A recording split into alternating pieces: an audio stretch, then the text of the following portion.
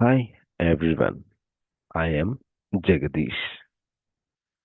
I have 12 plus years of experience across healthcare and pharmacovigilance domain, and I worked in agile, scrum, and project delivery environments. In video 3, we built the project plan, but here is the real test of a project manager. What happens when the plan meets reality? A plan can look perfect on a slide,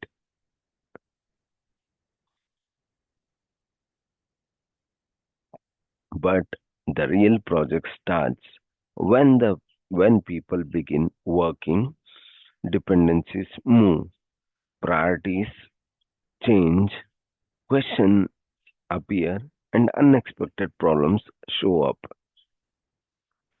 Today, I will use our Medra automation example to show how I would lead execution, track delivery, manage stakeholders, and keep the project moving. Listen for this idea. Execution is not simply doing tasks, it is about creating the environment in which the plan can succeed. By the end, you should be able to answer, how do you manage a project during execution? Let's start with the turning the plan into a real delivery. Peter Drucker said plans are only good intention unless they immediately degenerate into hard work. This quote fits this stage of the project. Planning creates the intention, but execution turns the intention into an outcome. I have learned that execution does not mean blindly follow following the original plan. The plan is our baseline. Reality tells us that what needs attention. Think about how a project manager balances discipline with adaptability. Now let's connect execution to the overall journey. In video 3, we asked how will we deliver? We answered with WS, estimates, resources, schedule, budget, risks, quality, and communication. Now imagine the first Monday after approval. A developer has a question. An SME is unavailable. A dependency is late. A stakeholder asks for something new. Suddenly, the plan becomes a living system. Execution is therefore a coordination, decision making, communication, and monitoring. Before I ask to deliver, I need to make sure the team understands the project will operate.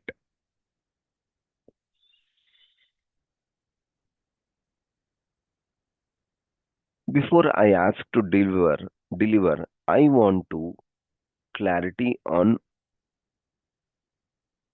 roles, ways of thinking, cadence, tools, decision rights. For metro automation, who owns the requirement? Who takes technical decisions? Who coordinates testing? Who validates? Who accepts the outcome? I also want one source of truth for work, risks, decision, and communication. I have learned that when these things are unclear, people spend time figuring out the process instead of delivering it. Once the operating model is clear, I bring everyone through kickoff.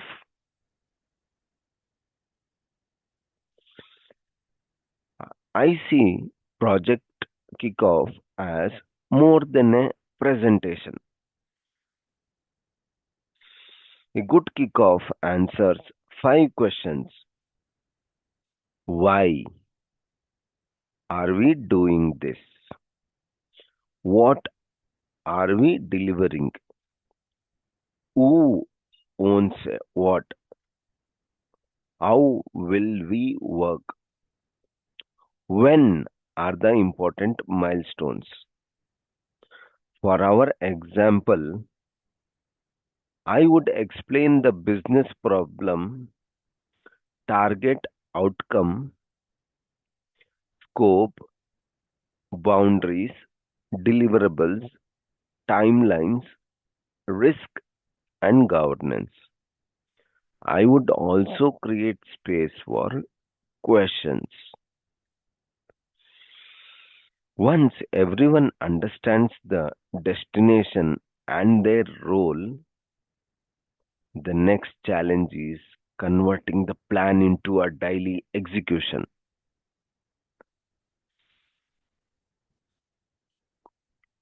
Now the team begins doing the specialist work. The project manager should not become the person who performs everybody's task. My role is to create the conditions for work to flow.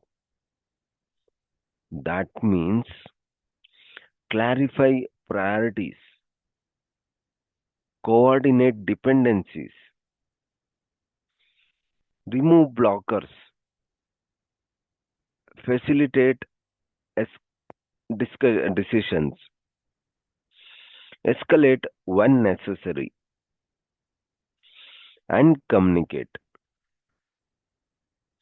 If a requirement is blocked because a decision is pending, I make the decision visible, identify the owner, set the due date, and facilitate resolution. To manage execution well, I need visibility into whether the project is actually moving. When I track execution, I don't ask only what did the team do. I look at scope, schedule, cost, quality, risks, dependencies. 20 completed tasks can sound positive, but if the critical integration is blocked, the project may still be at risk. The status so status is not activity reporting, it is project health reporting. Once I know what is happening, I need to turn that information into a Useful stakeholder story.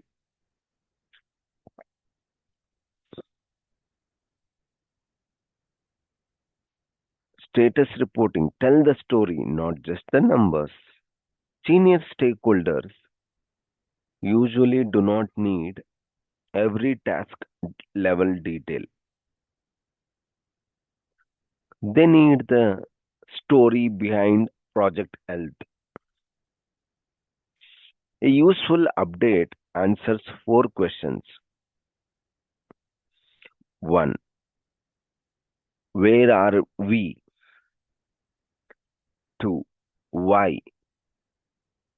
3. What happens next? 4. What decisions or support is required? For example, integration is 70% complete, but a source system dependency is 2 weeks late. UAT may be impacted. We have two recovery options and we need a decision by Friday. This is much more useful than simply saying integration is 7% complete. Good reporting depends on the predictable execution rhythm.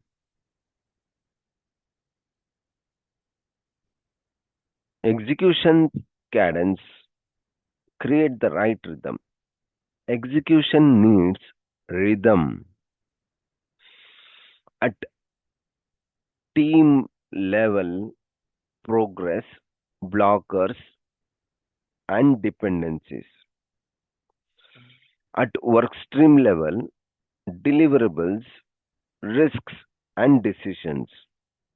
At project level, overall health, milestones, and forecast or budget. At steering level, decisions, health, escalations with business impact. The exact cadence depends on the organization and project size. But the principle is simple. Meetings should create visibility, decisions, or action, not meeting overload. Now, let's look at one of the most common realities. The plan does not always go according to the plan.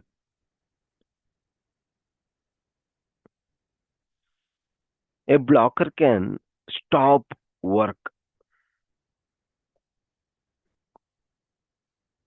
A issue is something that has already happened and needs resolution.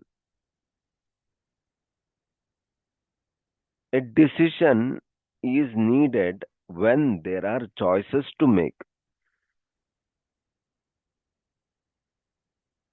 My approach is simple: identify, assess impact, assign an owner, resolve, escalate if needed. If a validation decision is pending, I identify exactly what decision is required, who owns it, and what milestone it affects. That creates action rather than documentation.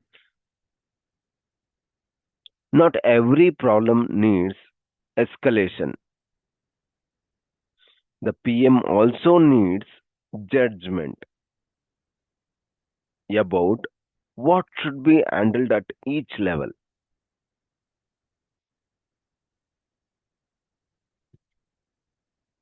Escalation. Escalate early, not emotionally.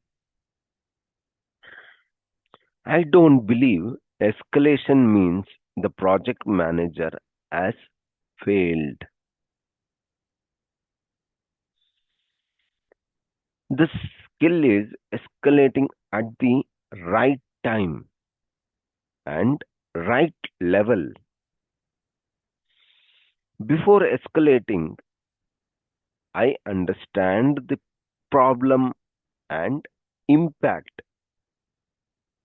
Then, where possible, I bring options. For example, integration is delayed 2 weeks. Option A is to wait, which may move UAT. Option B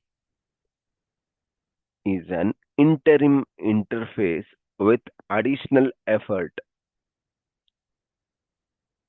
My recommendation is option B because it protects the milestone. We need approval that is much stronger than saying we may have a problem. Execution is also about people, not just tasks.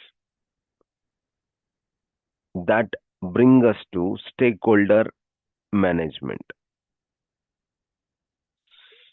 Stakeholder management during execution is a different from simply identifying stakeholders from initiation.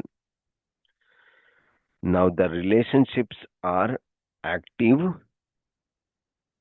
Sponsor wants outcomes, risks, and decision.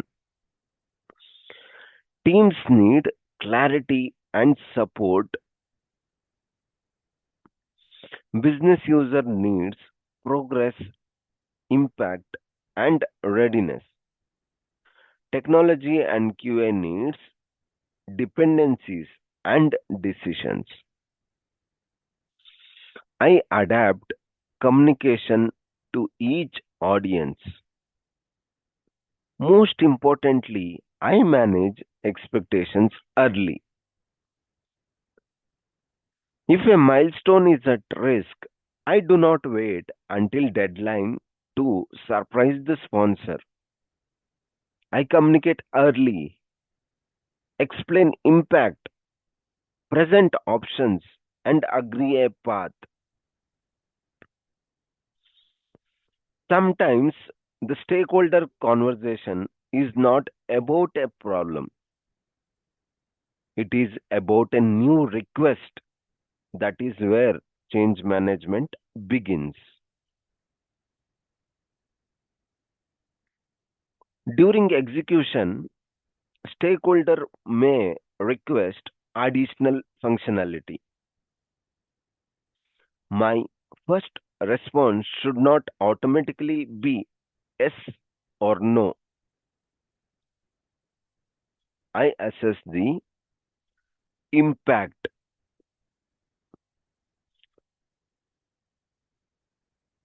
scope, effort, schedule, resources, cost, quality, risk. Then the appropriate decision maker can approve project or defer the change according to governance. The key principle is that approved baselines should not be silently changed. A change is not automatically bad. Uncontrolled change is the problem.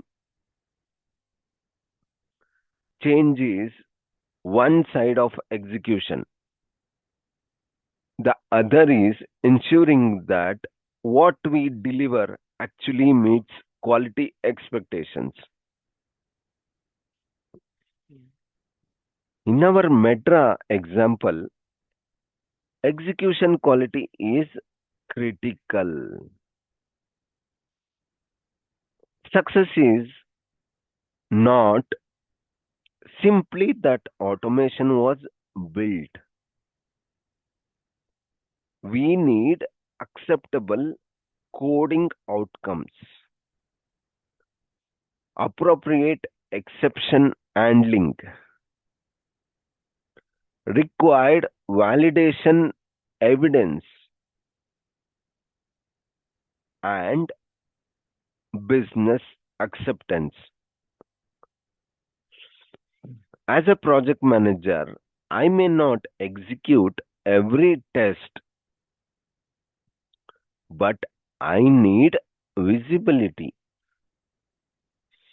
Are tests on schedule? Are critical defects blocking progress? Are retests happening? Or are acceptance criteria being met?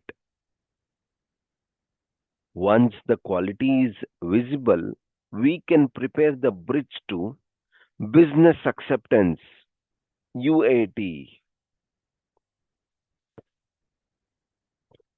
UAT is a major bridge between delivery and business acceptance. Before UAT starts, I check solution readiness, test scenarios, test data, test environment, user availability, defect triage, and acceptance criteria. For metro automation, users need to know exactly what they are validating and what constitutes acceptable performance. As a project manager, I coordinate readiness rather than simply announce that UAT has started. Now that execution is underway, the plan becomes a baseline we can compare reality against.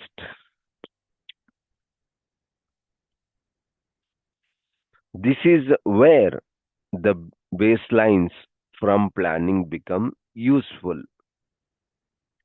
I compare planned work with actual completion and then forecast what we now expect, but the variance alone is not enough. If a milestone is 2 weeks late, I need to know why. Was it an estimate issue, a dependency, a scope change, resource capacity, quality rework? Then I assess impact and decide what to do. That is the difference between reporting a variance and managing a variance. Once we understand the variance, we need a recovery decision. When a project is off track, I want to move toward recovery rather than spend all energy explaining the problem. First, identify the root cause, then assess options, resequence, add capacity, remove blocker, defer scope through approved changes, change the approach, then agree the action and reforecast. If the original baseline cannot be reached, I make that transparent through the appropriate governance. Let's bring these controls into a simple project manager execution rhythm. If I had to describe my execution rhythm simply, it would be visibility, action, communication, and decisions. I need frequent visibility into blockers and progress. On a regular cadence, I review scope, schedule, cost, quality, risks, and dependencies. I communicate the important story and I make sure decisions and actions have owners and dates. This rhythm prevents surprises at the end of a reporting period. Now, let's summarize what I personally see as a project manager's role throughout the execution. Now, this is how I think about project manager role during execution.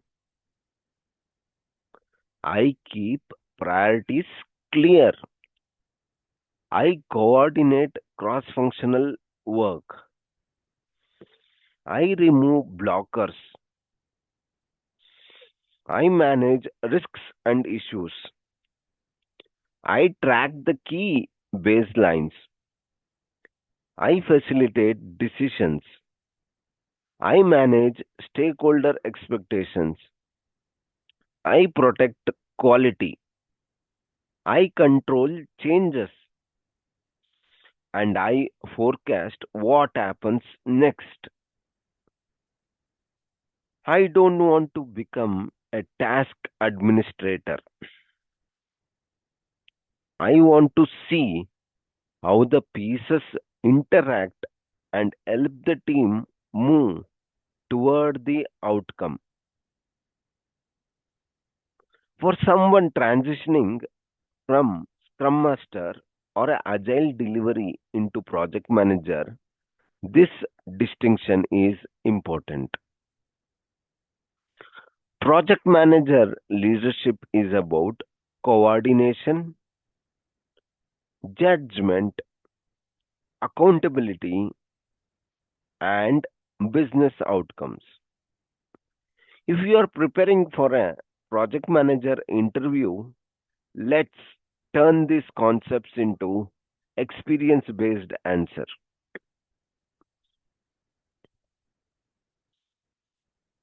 Interview questions. Do not memorize these questions and memorize definition. Choose one real project from your career. For how do you manage a project during execution?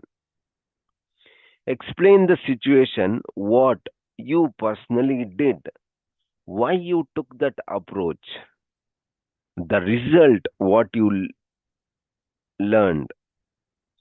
If you had delayed a dependency, explain how you identified it, assessed impact, engaged with the owner, evaluated options, escalated if necessary, communicated the outcome.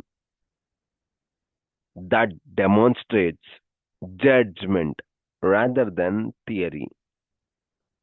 Now, I want to put you in the project manager's seat. Now, I want to put you in project manager's seat. Imagine you are 3 months into Medra automation. Development is progressing and integration is delayed. UAT may be impacted. SME capacity has limited availability. Stakeholders request additional functionality. What would you do? I would not immediately change dates. First, assess impact, identify owners, check the critical path, create recovery options, handle the new functionality through change control, communicate, update risks and issues, forecast, reforecast, pause the video and answer out loud. This test tests judgment, not memory. Let's bring the execution story together. Align, execute, track, communicate, resolve, manage change, protect quality, forecast. The biggest lesson I have learned is this: execution is not pretending everything will go according to plan. It is recognizing reality early and responding intelligently. Now, think about one project from your own career. What was your biggest execution challenge? Could you explain what happened, what you did, and what you learned? The story may become one of your strongest project manager interview examples. And once we can see execution performance, the next challenge is controlling the project against the baseline.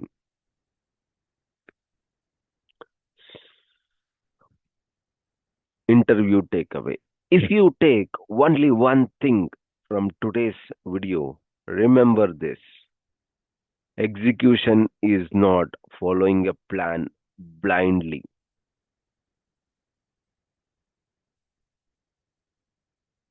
it is managing reality against the plan. A project manager keeps aligned, makes progress visible, removes blockers, manages stakeholders, control changes, protect quality, and responds when reality differs from the original plan. This is how I think about my own career experience. Some of the most valuable project manager lessons come from situations where something did not go as expected, and you had to bring people together, make decision, and keep moving. In video 5, we will move into monitoring and control. We will look at variance and value management, risks, issues, changes, forecasting, and corrective action. So, if you are preparing for a project manager interview, transitioning from a scrum master or a agile delivery into project management, or simply want to understand the complete project life cycle, stay with this series. If this video was successful, please subscribe to this channel and turn on notification. Don't miss video 5. Before you leave, think about one difficult project situation from your career. Could you explain what happened, what you did, why you did it, and the outcome? That is the kind of story that builds interview confidence. Thanks for watching, and I will see you in video 5.